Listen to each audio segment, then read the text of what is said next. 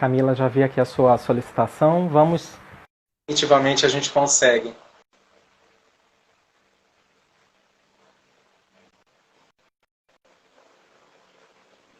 Agora foi. E agora foi. Foi para iniciar com a emoção. Exatamente. É claro. As pessoas estão retornando, agradeço, né? A gente agradece a presença dos colegas. Enquanto isso, Camila, eu coloquei aqui o meu cronômetro, que nas lives anteriores eu acabei me enrolando com ele, mas agora eu já liguei para a gente saber o tempo, tá? Deixa eu ver. Oi, Camila. Oi. O áudio Voltou. parou, agora foi. Você está me ouvindo? Está me vendo? Agora vai, como o pessoal está falando. Então, agradecer a presença de todo mundo, a presença dos colegas, né? Bem, para quem não me conhece, eu sou o Antônio, eu sou professor do CAP, da UFRJ, e também atuo no programa de pós-graduação em Letras Neolatinas e estudos de espanhol, estudos linguísticos do espanhol, da Faculdade de Letras. E iniciei nesse período da quarentena esse projeto de conversas com colegas, conversas para debater assuntos relacionados ao nosso trabalho, à nossa prática e ao ensino de línguas.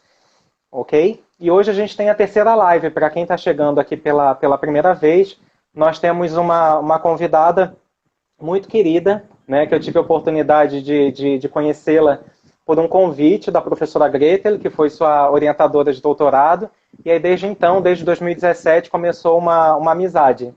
Então vou fazer uma rápida apresentação da professora doutora Camila Bedin. Camila eu vou chamar por Camila, não vou chamar por Maria. Lógico. Tá? Lógico. Então a professora Camila, ela possui graduação em português pela PUC Campinas, possui também a graduação em espanhol pela Faculdade Americana, tem o mestrado em letras pela Universidade Mackenzie e a doutora em educação pela Universidade de São Paulo, pela USP. Eu costumo dizer, e também eu falo para os meus alunos, que o campo de fins específicos, que é o tema da conversa de hoje, não é o mesmo depois da contribuição teórica da tese da Camila, né? Quem vai pesquisar fins específicos, que é a nossa conversa de hoje, precisa conhecer o trabalho, né, a tese de doutorado da Camila, que se intitulou Ensino de Espanhol para Fins Específicos no Ensino Superior Tecnológico e Formação Docente. Então ela tinha essa preocupação, que de fato é um campo muito incipiente da nossa área, seja aqueles que entendem como uma linha de estudo da linguística aplicada, aqueles outros que entendem como uma abordagem, mas ainda falta muita discussão, a Camila vai falar sobre isso, discussão teórica na graduação, na pós-graduação, às vezes às vezes essa área de línguas para fins específicos acaba sendo uma linha ou grupos de pesquisa. A gente não tem muito, principalmente na área de espanhol e outras línguas estrangeiras adicionais, a gente não tem esse histórico, não é, Camila? Então, desde já eu agradeço bastante o seu aceite e que a gente tenha aqui uma conversa bem proveitosa. Antes disso, eu só ia pedir que as pessoas colocassem a sua cidade, a sua instituição aqui no campo dos comentários, para saber depois, né, reassistindo a live, de onde vocês estão falando. E as perguntas podem ser colocadas, os comentários, no decorrer aqui do nosso bate-papo. Na medida do possível, eu vou aqui registrando e no final a gente tenta compilar algumas, responder outras. Isso. Na verdade, quem tem que agradecer sou eu, Antônio, meu amigo querido, por todas as contribuições até hoje na minha vida acadêmica, né?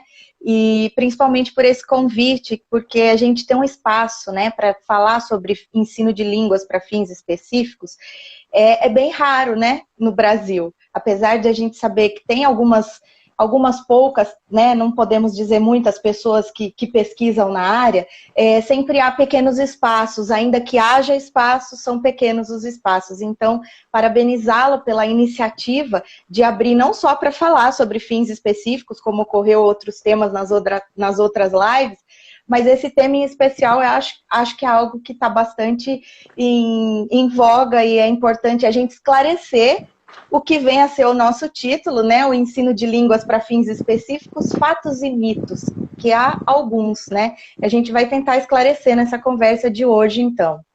Camila, só desculpa, porque eu acabei esquecendo de dizer que você é docente do Centro Paula Souza, atuando no curso, Imagina. em vários cursos superiores das faculdades de tecnologia, e até então tem vários colegas seus aqui da FATEC, colegas dos institutos federais, do Pedro II, do Cefet, Sim. muita gente aí do Brasil inteiro.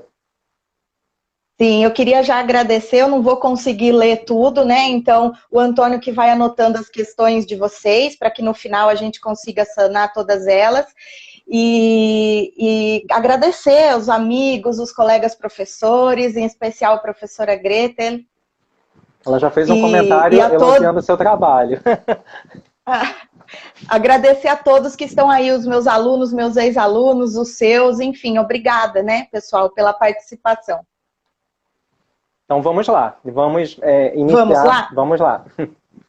Tá. Bom, pessoal, como esse tema ensino de línguas para fins específicos é um tema grande, é um tema vasto, ele tem diversos ramos, né, diversas ramificações. Então a gente escolheu para hoje essa questão dos fatos e mitos exatamente para quebrar um pouco essas visões cristalizadas sobre esse ensino que ainda acontece. Mas antes da gente chegar nos mitos, a gente vai...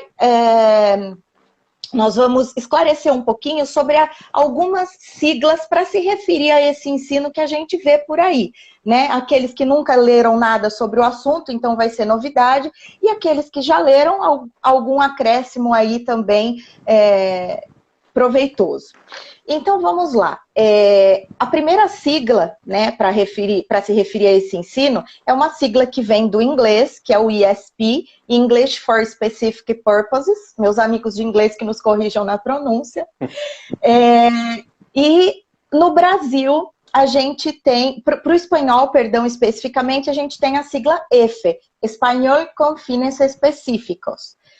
E aí no Brasil, a gente tem algumas siglas que hoje transitam. Uma delas, que está no ar aí desde 2012, foi alcunhada pela professora Rosinda Guerra Ramos, que todo mundo que já leu algo da área sabe que ela, junto com a professora Celane, são aí precursoras, pode-se dizer assim, no Brasil, né, do ensino, nós já vamos falar também daqui a pouco, que é a sigla LINF, que é Línguas para Fins Específicos, né, uma versão mais atualizada.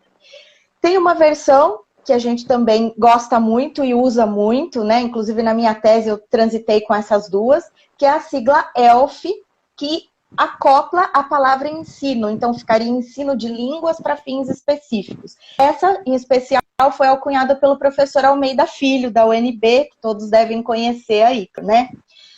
Então, quando a gente quer se referir ao ensino, a gente acaba optando pela sigla ELF. Quando a gente quer se referir somente a línguas, sem envolver ensino, no Brasil, né, a gente acaba trabalhando com a sigla LINF.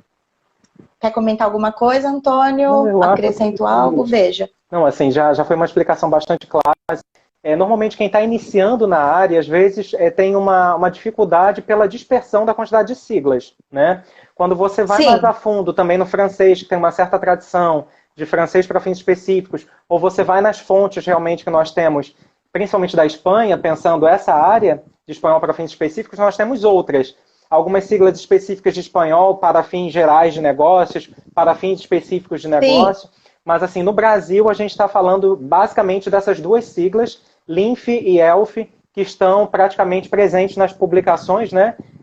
Principalmente LINF desde 2012. Isso. É importante a gente deixar claro, né? Principalmente para quem não está tão a par dessa temática, que a gente fala em LINF e ELF para se referir à área como um todo. Dentro da área, a gente tem os outros desdobramentos. Inglês, a gente acaba falando inglês, que é a origem do estudo, né? Mas, enfim, espanhol, qualquer língua, para fins acadêmicos, para fins ocupacionais, para fins profissionais, inglês para negócios, inglês para fins de negócios. Enfim, a gente tem N outros desdobramentos, isso para falar de forma geral. Mas se a gente pegar a nomenclatura original em inglês e o desdobramento para a nomenclatura em espanhol dessas várias, das quais eu acabei de citar, a gente também tem uma lista interminável. E a nossa intenção hoje não é encerrar essa lista ou ficar citando esses nomes. A ideia é falar da área e não dessas siglas em especial. Bom, então...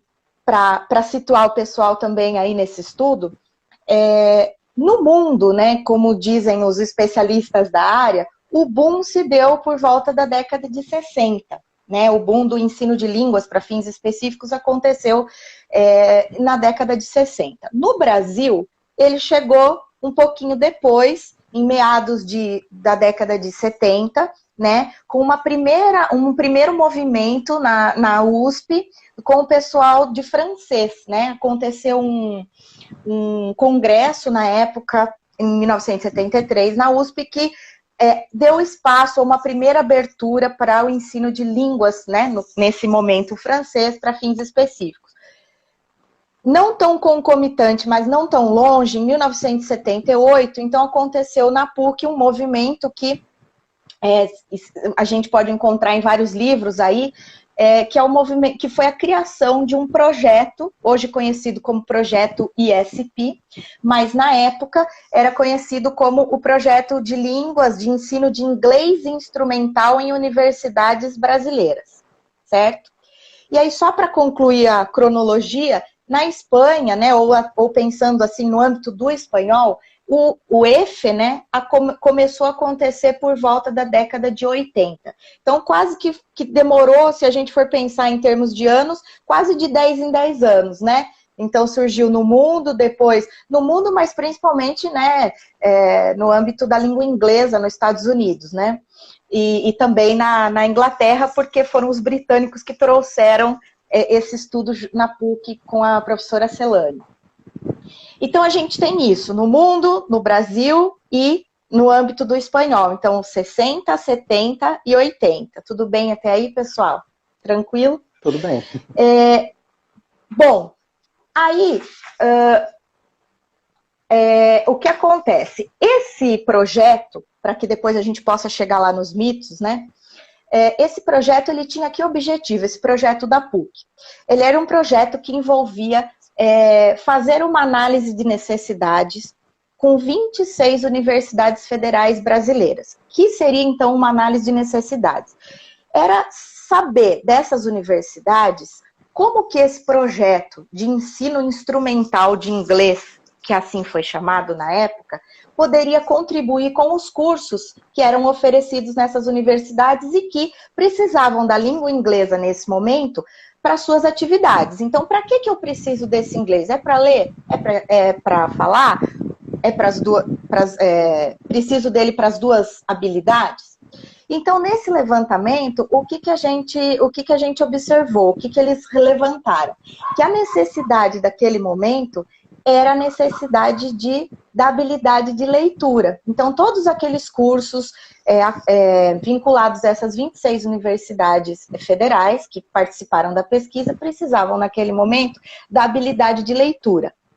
Como a nomenclatura original, que a gente acabou de falar, era o ESP, English for Specific Purposes, então, foi pensado no Brasil, precisamos ter uma nomenclatura brasileira, né? Uma versão brasileira. Naquele momento, a nomenclatura escolhida não foi LINF, não foi ELF, porque elas acabaram de chegar, foi instrumental. E como a habilidade utilizada dentro daquele projeto em maior escala houve uma associação imediata com o ensino instrumental de uma língua, naquele momento o inglês, mas isso é para qualquer uma, então era só quando a gente ensinava a leitura. E aí criou-se esse mito, né, de que ensino de línguas instrumental só trabalha essa habilidade, essa única habilidade, que eles chamam de monoskill. Quer comentar Camila, alguma coisa, Antônio? Sim, fazer um comentário rápido. E aí é um grande mito que até hoje, né, permanece, presente em algumas instituições, constrói, na verdade, uma imagem, né? Ou restringe ao trabalho, que também instrumental ou fins específicos significa só uma determinada habilidade da língua ou destreza da língua. E, ao mesmo tempo, eu acho que isso que você falou da sigla, a gente tem que tomar também muito cuidado, atualmente, quando usa a sigla SP, porque às vezes a gente, quando usa, a partir do momento que existem duas siglas mais vigentes, mais atuais, mais contemporâneas, de LINF e ELF, às vezes quando a gente emprega a sigla SP, a gente queira fazer referência a esse momento passado anterior que você mesmo chamou a atenção, né? Da implementação do projeto na PUC, com a parceria aí do Conselho Britânico. E a única coisa que eu gostaria de destacar, né, para quem quer depois buscar mais sobre a área, que aqui, na verdade, a gente precisou fazer um recorte, é muito interessante ler as memórias em si da professora Celane, da professora Maximina, da professora Rosita, que escreveram, né, alguns textos sobre a vivência nesse projeto, que ao mesmo tempo que o trabalho era com uma única habilidade, elas foram muito inovadoras naquele momento. Né? Então a gente estava ali por volta dos anos finalzinho de 70, início de 80, mas avaliando com o olhar de hoje, talvez ali já teria uma certa prática mais de um pós-método, de pensar as necessidades, de escolher as atividades, pensar no aluno, pensar na avaliação, então, e principalmente no professor reflexivo, que é o que a gente vem tentando, né, construir essa perspectiva de refletir sobre a sua prática, para voltar para a sala de aula, escutar os alunos, essa retroalimentação. Isso a professora Celane já falava, né, já fazia aí, já fazia nos seus textos em relação à avaliação desse projeto nacional, como você bem falou. Sim, sim. Importante também, né, para a gente acrescentar, a própria professora Rosinda, que comentou sobre essa questão e o próprio professor Almeida Filho, né, os dois, né, eles sugerem que a gente até não utilize a denominação instrumental, que é exatamente para não causar esse problema. Ainda que, teoricamente, né, tendo em vista essa história que a gente acabou de contar de forma resumida, teoricamente, ensino de línguas para fins específicos e o instrumental queiram dizer a mesma coisa, ou se refiram à mesma modalidade, à mesma abordagem, perdão, mercadologicamente não é viável. Sim. Porque as pessoas vão associar o instrumental à leitura porque elas desconhecem dessa trajetória. Então, na dúvida, melhor a gente não usar, até porque LINF e ELF são super excelentes e acho que rebatem bem essa nossa problemática. Mas né? assim, já está tão naturalizado, eu acho que assim, o que a gente quer deixar também como reflexão é para que os professores, principalmente nesse caso aqui de espanhol, né, que talvez essa discussão chegou de uma certa forma um pouco atrasada para nós, usar atualmente instrumental significa, na área, né, de ensino de línguas, um termo muito plural. Sim. Porque as próprias orientações curriculares usam a palavra instrumental, mas ali a língua como instrumento para a comunicação. Né? E não necessariamente eu vejo ali na palavra instrumental essa perspectiva do projeto nacional SP, né? Porque na nossa área até hoje, não tem. Nos nossos contextos de trabalho, você vai analisar ementas e colocam lá espanhol técnico, espanhol instrumental. Isso é ruim para o crescimento, né, da nossa área. Exatamente. Né, em relação a essa área. Por isso que é importante que as pessoas, né, os profissionais da área, de quaisquer línguas, se atualizem quanto a essas leituras, a essas produções novas, né, que estão saindo no mercado, exatamente para a gente não saber o que a gente está fazendo na sala de aula, né? Principalmente os colegas que trabalham aí no ensino superior tecnológico, seja no Instituto Federal, nas próprias FATEC, é muito importante que eles estejam a par disso, né? Sim, claro. Enfim, mas vamos aproveitar a quarentena para nos atualizar também nisso, viu, pessoal? Você, então, praticamente, Camila, acabou já falando para a gente um pouquinho um mito, né? Um mito, dei um spoiler. Quais são os outros, assim, que circulam em relação a essa área que você estudou? Isso, então, o primeiro, né, é o de que ensino instrumental é leitura, então isso não. O ensino de línguas para fins específicos, a gente vai usar as habilidades de acordo com a necessidade de cada grupo de alunos. Então, por exemplo, se eu estou trabalhando com um grupo de secretariado, esse grupo de meninas ou meninos de secretariado precisarão dar conta das 4 habilidades linguísticas. Eu não posso trabalhar só uma delas, pelo contexto em que elas vão atuar depois no mercado de trabalho, né? Outro mito é o do mono-skill, que eu comentei rapidamente, ou seja, de só trabalhar essa habilidade. Então, não. De acordo com o grupo, a gente vai desenvolver a habilidade necessária. E outro também que aparece muito, nós temos alguns, mas esses 3 eu acho que são os mais pontuais, de que só estuda vocabulário técnico, ou então de que não estuda gramática. Isso é uma coisa horrorosa de a gente ouvir, né? Então, exatamente. Então, assim, ok, o vocabulário técnico, a tal da lista de palavras daquele setor, daquela área, nós vamos trabalhar também? Sim, vamos. O que não se pode fazer é resumir o ensino de línguas para fins específicos a só uma lista de palavras, né? Então, esses 3 mitos seriam os mais pontuais, de que não se estuda gramática, ou também de que as aulas são dadas então em português. Não. As aulas são dadas na língua alvo e, obviamente, a gente resolve alguma problemática que não ficou entendida na língua mãe, mas isso não tem um caminho, primeiro isso, depois aquilo, só isso, não aquilo, né? Então, acho que eu elencaria esses 3, né? De que é só leitura, de que só se estuda vocabulário técnico, de que não se estuda gramática e que o professor fala em português na aula. Eu acho que esses são alguns mitos que ficaram cristalizados, mas o maior deles é associar a nomenclatura instrumental ao ensino somente de leitura. Sim. O que eu ia comentar rapidamente, principalmente esse que me incomoda muito, né?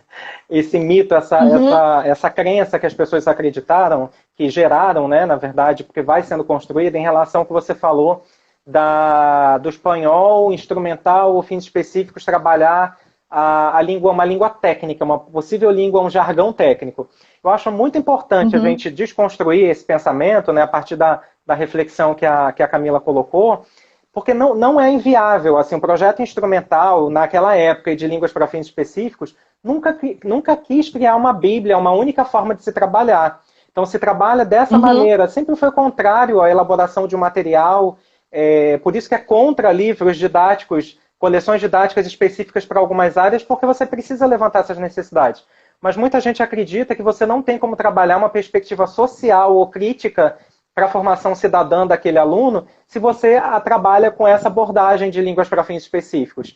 Isso que é muito difícil de construir, né? Tem colegas, e aí mestres e doutores, que quando você fala, não, me afilio a línguas para fins específicos, ainda acredita que você faz uma tradução de vocábulos ou que você trabalha com manuais técnicos. Não é isso. Então é mostrar que você pode vincular essa perspectiva, essa abordagem de trabalho com uma perspectiva cidadã. Assim como quem trabalha, por exemplo, no ensino médio, precisa se preocupar com algumas orientações, né, em termos de políticas que existiam, já que agora o espanhol não está lá na BNCC, né? É importante, por exemplo, nós que trabalhamos no ensino superior tecnológico, ainda que no caso das FATEC, as línguas são obrigatórias, né? O inglês e o espanhol são obrigatórios na grande maioria dos cursos, né? Claro, com uma incidência maior do inglês, mas o espanhol também está presente em muitos deles, né? Então, é um movimento, assim, a todo momento, da gente provar, primeiro, que as línguas são importantes para esses cursos e que as nossas aulas são aulas de línguas para fins específicos. Então, porque senão, parece que as nossas aulas são aulas como as que acontecem, por exemplo, numa escola de idioma. O que não é desmerecer a escola de idiomas, mas são contextos de atuação diferentes. Então, se eu tenho alunos da logística, obviamente, todo mundo fala, mas então é outro espanhol? Não, gente, o espanhol é o mesmo, a língua é uma só. Mas as tarefas com as quais eu vou trabalhar com os meus alunos da logística vão ser diferentes das tarefas com que eu vou trabalhar com os meus alunos de produção têxtil, por exemplo. Então,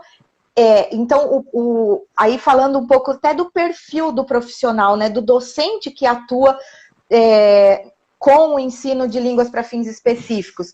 Ele tem que ter algumas habilidades a mais do que um professor que não trabalharia nessa área. Então, no caso do ensino superior, 2 coisas que ele não pode deixar de saber é ler, no mínimo, o projeto do curso, para ele saber com que tipo de pessoas, de profissionais ele vai trabalhar. E, além disso, conhecer o perfil do egresso. Quem é esse aluno que se forma e vai atuar no mercado de trabalho? Né? E isso as pessoas não fazem, os professores geralmente não fazem. Então, o que eu sempre digo, os especialistas na área de atuação são os nossos alunos, são eles que vão trazer para nós todo o subsídio necessário da parte técnica do curso. Então, eu não sou especialista em logística, nem em produção têxtil, nem em processos químicos. que são cursos que eu atuo, mas os alunos são. E aí é isso que eu acho bonito e possível, ou mais possível de se fazer, quando se trata de ensinar línguas para um fim específico. Que é isso, o aluno traz o conhecimento técnico e eu trago a língua, e juntos a gente entra numa simbiose para que aquilo seja realizado com bastante destreza, ou seja, que a língua que o espanhol ensinado para esses meninos seja exatamente o que eles vão precisar quando eles forem atuar no mercado de trabalho, ou seja, quando eles já estiverem como profissionais da área. Porque de nada adianta nós ensinarmos a comprar frutas no supermercado, que também é importante, porque todos os profissionais são pessoas, indivíduos, né, antes de mais nada, mas e eu deixar de ensinar, por exemplo, falar o telefone ou escrever um e-mail, que é uma das tarefas que, numa última pesquisa que nós realizamos com o setor produtivo, foram uma das 2 tarefas que mais saíram, né? E elencadas por diversos cargos dentro das empresas que nós pesquisamos. Então, isso é importante, a gente também tem que buscar. Eu não posso fazer uma aula só cultural. Ela não vai ser produtiva se esse cultural não tiver uma associação com o profissional. Não, isso que você falou agora me lembra totalmente a sua tese de doutorado, quando você coloca um ponto fundamental de reforçar aqui, e eu farei isso agora, do professor também, assim, além de preparar sua aula, conhecer bem o seu conteúdo, mas ele precisa ler os documentos, sejam de política institucional, da própria instituição, se é um colégio privado, o projeto pedagógico, se é na esfera pública, né, o guia daquele curso, o catálogo nacional de como aquele curso foi pensado, porque esses documentos vão ser importantes para que ele renormalize, né, repense o seu trabalho. Isso estava na sua tese, né? E um outro aspecto também que você acabou colocando, que ser professor de línguas para fins específicos, essa é uma grande questão de quem às vezes se aventura nessa área. Será que eu tenho, será que eu fui preparado? Será que eu tenho condições? Porque realmente você tem múltiplos papéis. E esses múltiplos papéis você acabou de falar. Então, você tem que trabalhar em parceria com os colegas da área técnica, você tem que entender que o aluno também participa ali da colaboração do seu planejamento de curso, você desenha curso, você desenha material, você está avaliando a todo momento, você, além disso, é professor. Né? Então, são múltiplos papéis para quem atua na área de línguas para fins específicos. Não é algo tão fácil, né? Principalmente para quem está iniciando a atividade docente, né? Sim, não, é um papel, realmente são múltiplos papéis, né, que a gente assume, mas que também está na minha tese, né, para quem leu, para quem teve contato com esse texto, também pôde ver que, de fato, nenhum de nós, né, tivemos essa formação nos nossos cursos de letras, e que eu entendo que, bom, de 2017 para cá, não passou tanto tempo, mas, enfim, alguma coisa pode ter mudado de lá para cá. Mas, assim, a gente vê pouquíssimas iniciativas, tanto nos cursos de graduação quanto nos programas de pós-graduação, na graduação, de promover discussões sobre o tema, né, ou até de se pensar em inserir uma disciplina que versasse sobre esse tema, de ensinar línguas para fins específicos, tendo em vista que é um campo enorme de trabalho, se não o maior para o profissional que se forma e que vai lecionar. Sim. E para os programas de pós, trazer linhas de pesquisa que permitam aos estudantes ou aos professores já atuantes e que não tiveram essa formação na graduação, que possam se especializar nesse assunto. Quando eu digo os programas de pós tenham linhas, não é que não haja nenhum programa de pós que tenha. A UNB é um grande exemplo, com o professor Almeida Filho, que ele tem um programa. Você também, quando trabalhava no Cefet, tinha a disciplina de línguas para fins específicos, de espanhol, né, para fins específicos. Então, a gente tem, eu até coloco isso mais pontual na tese, agora de cabeça não me lembro todos esses detalhes, mas ainda assim são muito pequenas as iniciativas, né? Mas, como eu disse, eu também não tinha essa formação, não tive. Quando eu ingressei na FATEC em 2008 e que eu entendi que o meu público era esse, ou seja, de que eu teria de me colocar no lugar de um professor que ensinava espanhol para fins específicos, e eu não sabia do que se tratava, eu falei, opa, temos uma lacuna aí, né? E aí eu comecei a pesquisar sobre isso, ainda muito incipiente, até que em 2012, então, eu tive a iniciativa, eu falei, bom, já que eu preciso aprender isso, eu quero aprender de forma profunda, eu vou fazer isso no meu doutorado. Então, eu cheguei também no meu doutorado sem ter preparo para isso. Eu quis utilizar o meu doutorado para eu também poder me preparar. E foi um aprendizado. Gretel e eu aprendemos juntas muitas coisas sobre isso. E foi muito importante para mim. E hoje, assim, é a área que eu adoro trabalhar, adoro falar sobre o tema. E quero incentivar que as pessoas também se aprofundem mais, porque é de extrema importância e necessidade. Sim, sim. Camila, antes da gente passar, eu já vou ler só alguns comentários aqui para, além de coraçãozinho, tudo isso que para você, mas tem um primeiro comentário de como a gente também contamina, né, para o bem os nossos alunos. Tem uma ex-aluna sua, Carolina, que está dizendo que agradece muito as suas aulas, que através das suas aulas ela conseguiu, né, vem fazendo mestrado com um professor peruano. E aí algumas perguntas. Tem um comentário agora final da professora Elza, do Instituto Federal do Rio de Janeiro, que o professor, achei muito interessante, que o professor de linfe se descobre pela dor e pelo amor, né? E a Claudine também reforçou, na verdade, esse comentário. Aí a Marta e a Alessandra colocaram pontos semelhantes, né? Que alunos e professores são parceiros numa perspectiva, numa abordagem de trabalho por linfe e pensando um conteúdo que faça sentido para esse aluno. Teve um comentário do Tiago anterior dizendo instrumental igual a 5 habilidades necessidades, né?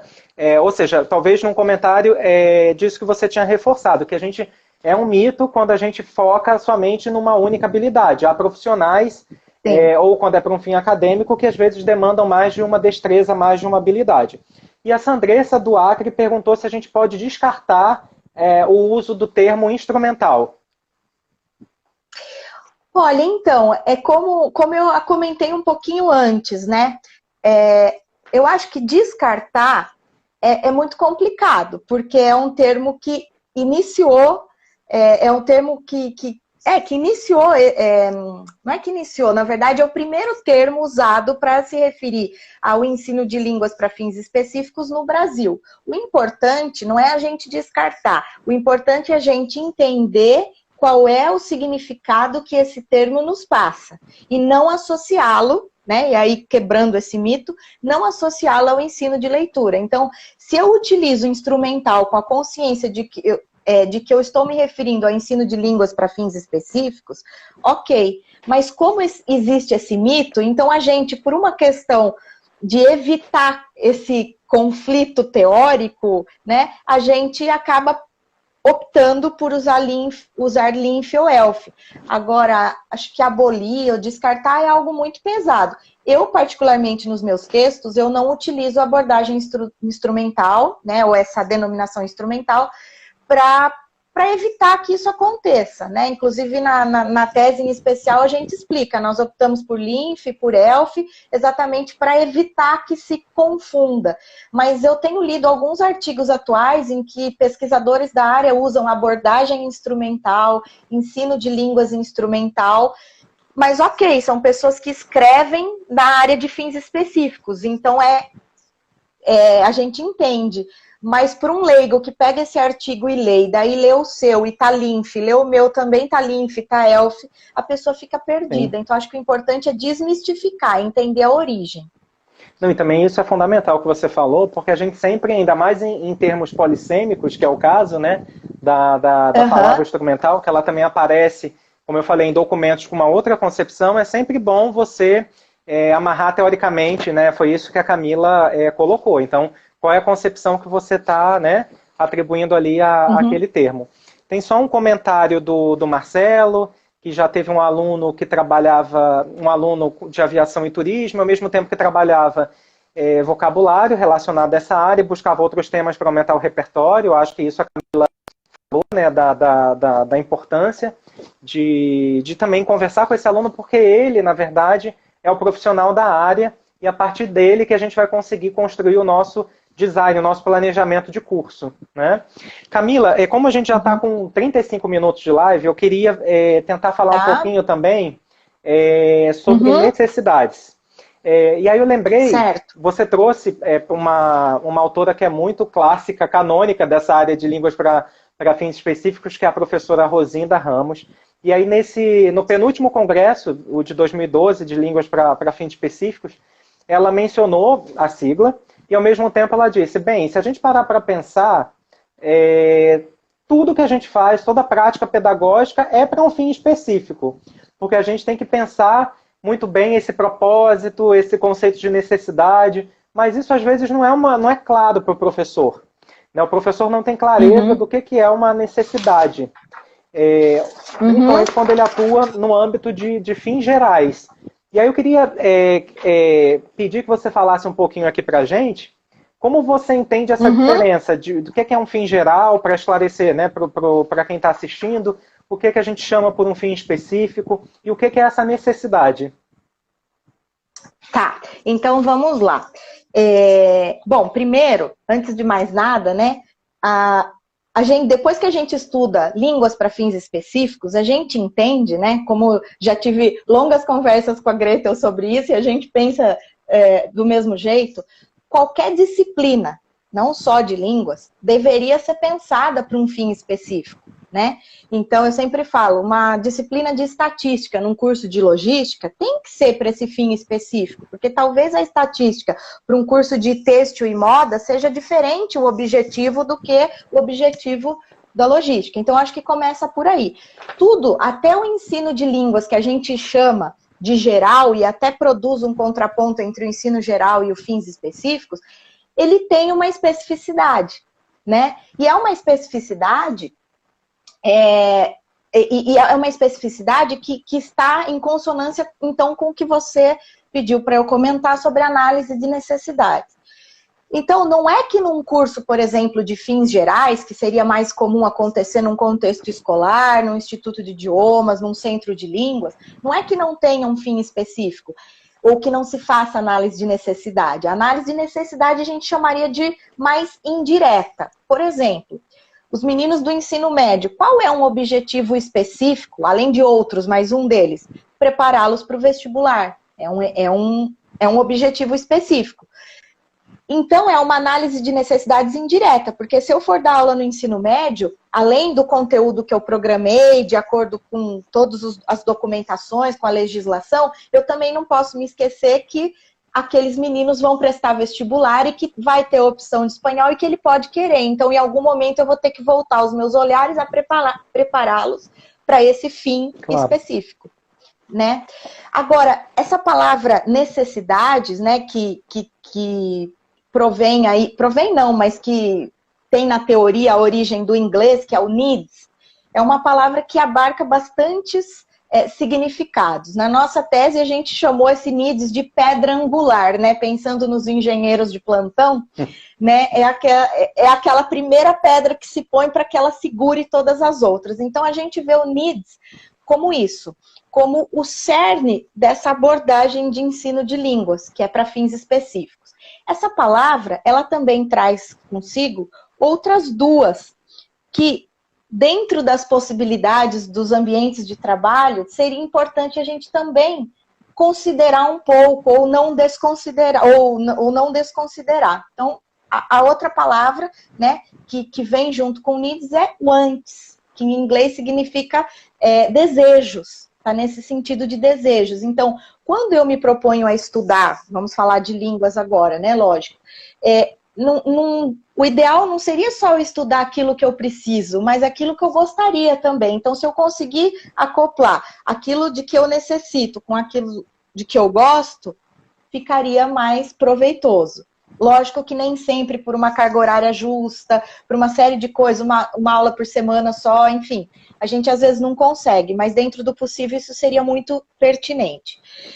E depois a gente tem uma outra palavrinha também do inglês, que é o lacks. O lacks seriam as lacunas, os vazios, os espaços, ou seja, aquilo que falta para eu atingir o objetivo a que eu me proponho, né? Que é aprender essa língua para utilizar, espanhol no caso, para utilizar na situação alvo.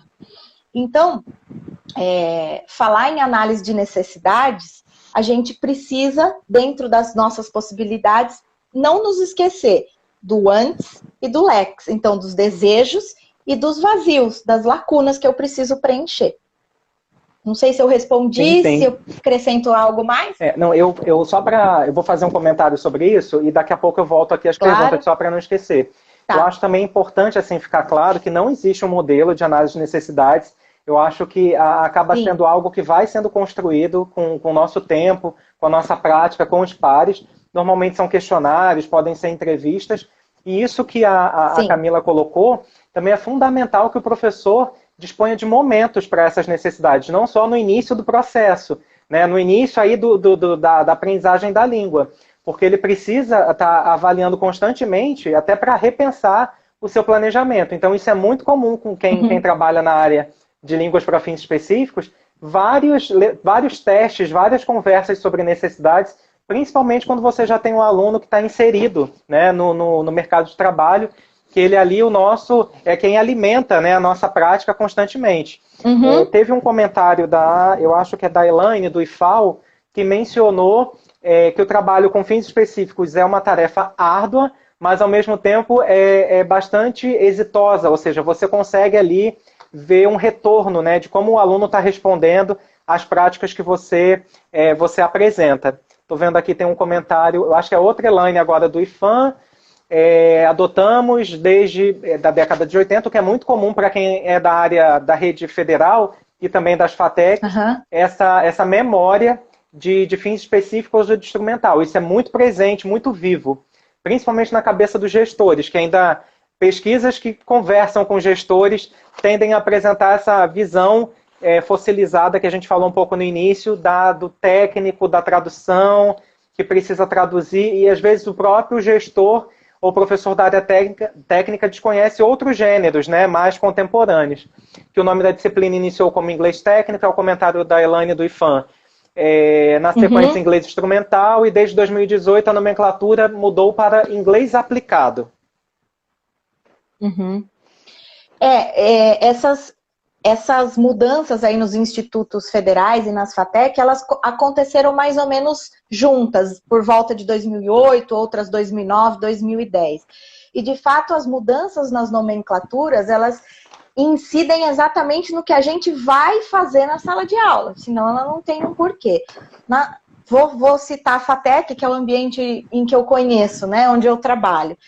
Mas está mais ou menos na linha do comentário da Elaine. Então, quando nós entramos, em 2008, eu tinha uma disciplina que se chamava espanhol técnico. Aí depois eu tinha outra que era espanhol com ênfase em marketing. E a outra era espanhol com ênfase em comércio exterior. Né? Então, assim, eu também não entendi o que era aquilo direito. Como eu falei, eu cheguei também tentando entender. Quando a gente começou a ler as teorias, começamos a entender o ambiente de trabalho, a gente falou, meu Deus, essa nomenclatura não pode, né? Não tem nada a ver, não é por esse caminho. Então, no caso das FATEC, o que nós fizemos? Nós unificamos os nomes das disciplinas e as ementas. Então, tanto em inglês como em espanhol, a gente numerou. Então, espanhol 1, 2, 3 até o 8, em alguns cursos, lógico, e inglês também, 1, 2, 3 até o 8 em alguns cursos, porque a gente entende que é uma sequência lógica, né? Então, ainda que infelizmente a gente não tenha pré-requisito, ou seja, se o aluno trava no espanhol 1, ele pode fazer o espanhol 2, isso é uma complicação. Mas um outro ponto que também tem a ver com o nome da disciplina, e que ainda hoje, que se chama inglês 1 e espanhol 1, a gente tem de lidar com isso, os nossos colegas da área técnica, não vou dizer todos, porque nunca se faz generalizações, mas assim, enfim, alguns deles, primeira coisa é que o nosso ensino é o ensino de espanhol, de inglês para fins profissionais. É um dos braços que a gente tem dentro dos fins específicos. Não são os fins acadêmicos, ainda que a gente esteja no ambiente universitário. Né? Ou seja, eu não estou preparando esses alunos para escrever, para ler, para lidarem com textos acadêmicos. Eles vão trabalhar com textos do ambiente profissional. Então, um e-mail, uma conversação telefônica, daí na parte oral e tal. E aí, o que acontece? nós trabalhamos com os projetos integradores, que são dos cursos, e aí as línguas entram. E aí o que em alguns cursos nos é pedido? Para que os nossos alunos produzam um resumen em espanhol e um abstract em inglês. E aí a gente discorda um pouco disso, né? Porque não é que nós subestimemos a inteligência ou a produtividade do nosso aluno sobre esse texto, mas é que não é o objetivo, eles não estão sendo preparados ao longo dos semestres para chegar no semestre X e produzir um resumen. Né? Então, o que acaba acontecendo? Os alunos, quando estão obrigados a isso, eles jogam o texto em português, às vezes com bastantes problemas também, né, de linguagem, no Google Tradutor, no famoso, e passam por inglês e passam por espanhol. Aí chega na nossa mão, nós temos de reescrever. E aí o texto não foi o aluno que produziu, fui eu. E aí qual é o objetivo disso? Então, só para finalizar o meu pensamento, é importante que os profissionais da área técnica também respeitem os profissionais da área de línguas, quanto à escolha das atividades que os seus alunos são capazes de produzir. Porque, veja, é uma briga eterna, briga entre aspas, né? Mas assim, eu não digo para os meus colegas da área X que trabalho que é melhor os alunos deles produzirem. Mas a gente ouve direto o que os nossos alunos de línguas têm de produzir. Mas eu acho que a lógica está invertida. Quem tem que decidir o que o aluno de línguas faz é o professor de línguas, certo? Não, isso aí volta de novo naquele debate que todo mundo acha que pode opinar sobre o trabalho do educador linguístico, né? Exato. Né? Isso está meio que enraizado na nossa cultura de que todo mundo é especialista para falar de ensino de línguas. Estou generalizando, porque inclusive isso acontece com de língua materna, né? Infelizmente, isso é algo que é muito difícil. E isso também é muito presente nessas instituições tecnológicas. Às vezes porque é um professor da área técnica, por acaso tem ali uma facilidade para aprender língua, que às vezes o aluno não tem, ou por acaso aquele aluno, o aluno atual, da escola atual, é um aluno que tem dificuldades financeiras, não tem como fazer um curso gratuito de idiomas, e aquele professor teve, ele acha que porque como ele viajou, ele teve acesso a um curso, todo mundo vai acabar também conseguindo ter o mesmo nível ali para você produzir, para você compreender. Isso é muito presente nessas instituições tecnológicas, né? Pode falar. Não, eu só ia mostrar que assim, tem um comentário muito interessante de um aluno, acredito que talvez seu, do Rodrigo, que na visão de aluno, assim, ele destaca que as aulas, ou seja, na mentalidade dele como aluno de línguas estrangeiras, as aulas pensadas para atender um objetivo específico, como ele coloca, idiomas específicos, são as mais produtivas. E isso responde, né, esse diferencial de que quando a gente atua num curso específico e a gente tem essa concepção de trabalho na seleção dos textos, na preparação do material, faz toda a diferença para o aluno. Né? Faz, porque ele entende que aquela aula de línguas ela vai ser produtiva para ele no ambiente de trabalho. Né? Que, como você falou, muitos deles também não vão ter condição de fazer um curso extra de inglês e outro de espanhol, ou um ou outro. Eles vão aproveitar só aquele momento que eles têm ali com a gente. Sim. Então, quanto mais produtivo aqueles momentos puderem ser, melhor para eles que vão poder aprender e aplicar. Né? Mas ainda há muito, como se diz, muita poeira para a gente engolir, né? Nesse sentido de nos fazer presentes, ainda que a gente tenha bastante espaço, né? Tenha ganho muito espaço de lá para cá, mas a famosa, como é que fala? Parece que a gente tem a competência espontânea, né? A sensação de competência espontânea no português e no espanhol, então, todo mundo já nasceu falando, então posso tranquilamente decidir o que será feito na aula de espanhol, né? Em termos de trabalho e tudo. Então, isso é um pouco prejudicial, né? Porque acaba interferindo, invadindo o nosso espaço, o que não é legal, né? Sim. Camila, nós já temos quase 50 minutos de live, então vou pedir que você já coloque as suas palavras finais. Antes, eu só queria ler um comentário da professora Alice, minha ex-aluna, colega de trabalho, dizendo que ela normalmente faz uso de fichas de cadastro para os alunos, só que cada um apresenta uma necessidade, às vezes quando é um grupo de 15 a 20. É muito difícil, isso que a Camila colocou, às vezes está muito numa linha de um pensamento de um curso para fim geral, como o aluno se inscreve, mas ele quer ter seu objetivo atendido, né? Isso é complexo. Isso. E, pessoal, isso às vezes acontece. Quem quiser mandar pergunta para a Camila, são os últimos momentos. Deixa eu ver aqui. A Maria Célia, beijo, Maria Célia, dizendo que... Maria Célia, beijo. A colocação pertinente do comentário da Camila. Dani também parabenizando a Camila pelo trabalho e a pesquisa, e também elogiando as lives. Tem mais um comentário do Henrique. É uma pena que as universidades não valorizem o ensino de línguas para fins específicos na formação dos profissionais. Minha formação trabalha muito com exportações, eu acho que ele é aluno também, né? Com exportações a países do Mercosul e Europa, e é uma carência. A Flávia, um beijo, Henrique Flávia. É meu marido, viu, Antônio? Desculpa. Marido interagindo. Que bom. A Flávia, um beijo, Flávia. Aqui no IFAL não temos esse problema nos cursos tecnológicos de hotelaria e gestão de turismo. Carolina Teixeira elogiando seu amor pela profissão. Rodrigo mandando eu acho que é aluno também mandando um abraço. E aqui eu vou cobrindo os comentários. A Greta também mandando um abraço carinhoso. Greta. Camila, como tem 9 minutinhos, antes de você dar suas palavras finais, eu só queria passar um recadinho rápido, já deixar o convite para quem está nos assistindo para as lives da próxima semana. Na quarta-feira a gente vai ter uma live com a professora Joyce, da Federal de Sergipe, sobre o tema o espanhol no Idioma Sem Fronteiras, que vai ser até um debate interessante a partir do que a Camila colocou hoje aqui. E na sexta-feira o professor Diego Alexandre, da Federal do Rio Grande do Norte, conversando conosco um pouco sobre a historiografia do espanhol, sobre a história do espanhol.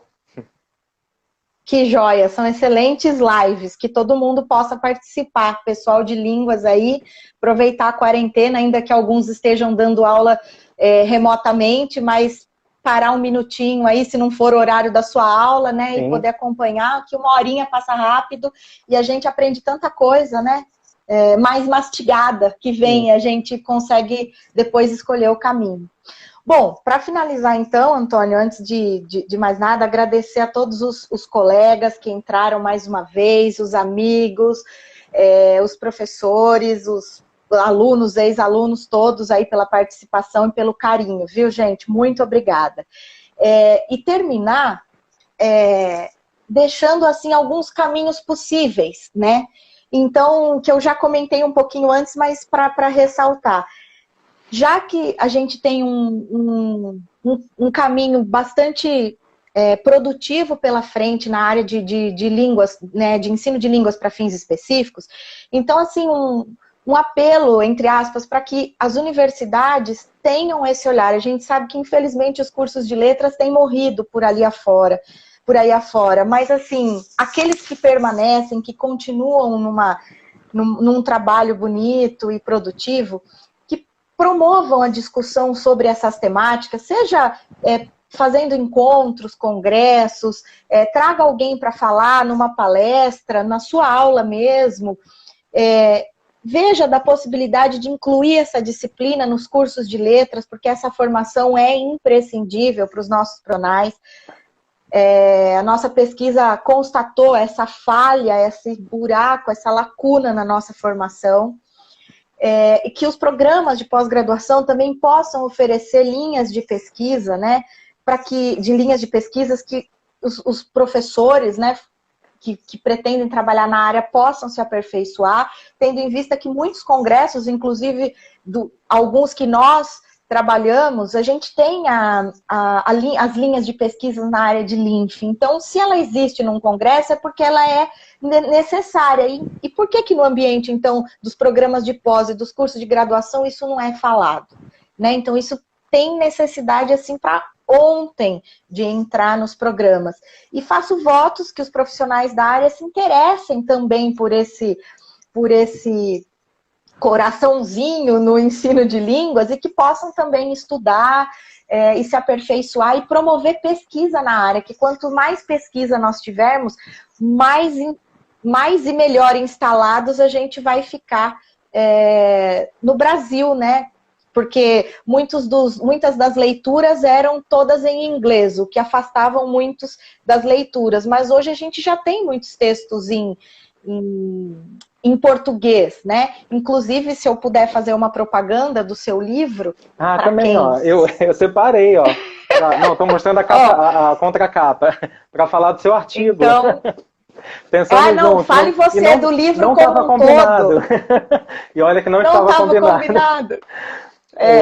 Fale então do seu livro, dos capítulos, dos livros que são muito importantes para essa temática. Sim. Como a gente tem 5 minutinhos, eu só vou novamente agradecer a Camila pela disponibilidade. Foi ótimo conversar esses dias que antecederam a live. A gente teve contato ali diário, de novo, preparando esse bate-papo. Então, agradecer a esse momento, né, de compartilhar seu conhecimento. Algumas perguntas. Eu que agradeço. Por exemplo, da Amanda, eu achei interessante, que fala que está desenvolvendo uma pesquisa para enfermagem. Depois, Amanda, Suzana, ou procura a Camila, ou me procura. Eu lembrei de uma dissertação agora da área de saúde. Então, talvez perguntas que não foram respondidas, a gente consegue, né, aí, através das mensagens ocultas, conversar e tentar ajudar a contribuir, Sim. já que, como a Camila falou, a gente precisa cada vez mais que novas necessidades e outros cursos apareçam para que a gente já tenha, de alguma forma, um trabalho mais iniciado, necessidades mapeadas. E aí, no finalzinho do ano passado, nós, no caso eu organizei, mas eu digo um grupo, né, de especialistas que têm interesse por esse tema, nós compilamos num livro 15 capítulos. Flávia está na live, é uma das autoras. A gente tem autores da área de língua inglesa e de língua espanhola, principalmente. E aí tem um capítulo da Camila com a professora Gretel para falar justamente essa questão do ensino de espanhol para fins específicos e, ao mesmo tempo, da formação do professor. Tem alguns relacionados à área de aviação civil, ou seja, áreas, inclusive, novas, né, que a gente não tem tanto material. A gente tem um texto fundamental nesse livro, que é da própria professora Rosinda Ramos, fazendo um histórico e, ao mesmo tempo, reforçando essa necessidade de uso, né, de tentar padronizar pelo uso da sigla LINF. Então, é uma publicação super recente que reuniu autores que se interessam. Porque a gente tem uma questão, a área não se reúne num congresso específico desde 2015, que foi o último congresso que eu tive a oportunidade de participar organizando, que aconteceu no Cefet Rio de Janeiro. De lá para cá, a área, de uma certa forma, se dispersou, eu digo em termos de uma reunião a cada 2 anos, que isso interfere nesse histórico, né, da PUC São Paulo, dos encontros que a Camila pontuou, primeiro com as universidades, depois com as escolas, e é uma pena que a gente não tenha mais esses momentos de diálogo. Então, o que acontece, às vezes, são algumas linhas, alguns espaços que nos cedem nos eventos. Então, é bom que quem tem interesse por essa área, que a gente possa se agrupar, se reunir, né, em publicações ou em eventos da área. E nisso, claro, eu não posso esquecer dos eventos que são organizados pelo Centro Paula Souza, que, digamos, que atualmente são os únicos eventos que tentam problematizar ainda uma certa memória, um certo passado ainda dessa área de línguas para fins específicos. Um comentário aqui do Ricardo, dizendo que sempre temos que divulgar, discutir, que são preocupações realmente importantes para a nossa área. Só dessa forma, fazendo luta, seremos ouvidos. E tem um comentário da Elza, novamente, que é um esvaziamento da área. Então, esse é o perigo. Às vezes, se a gente não leva isso para o debate, não continua publicando, não continua escrevendo, tende aí a reforçar algumas crenças, alguns mitos que a Camila colocou. É importante que a pesquisa continue, né? Que a fila ande, que o progresso avance nos que estão chegando ou naqueles que já estão, mas pararam, que retomem, alguém que está pensando em fazer doutorado ou que só tem uma especialização e está pensando começar o mestrado, por que não fazer na área de ensino de línguas? Desculpa, 26 segundos, então é o momento de dar um beijinho, porque vai cair. Ok. Eu vou salvar então, a live. Um beijo a todos. Vamos só fazer Muito para fazer uma Antônio. foto. Alguém pode dar um print e me manda, que eu não consigo. Isso. Mas obrigado, Camila. Obrigado mais uma vez. Eu vou salvar a live para quem está perguntando, tá? Um beijo, Sim, pessoal. perfeito. Tchau, tchau. Obrigado Muito pela obrigada. presença. Um beijo. Tchau, tchau. Tchau, tchau.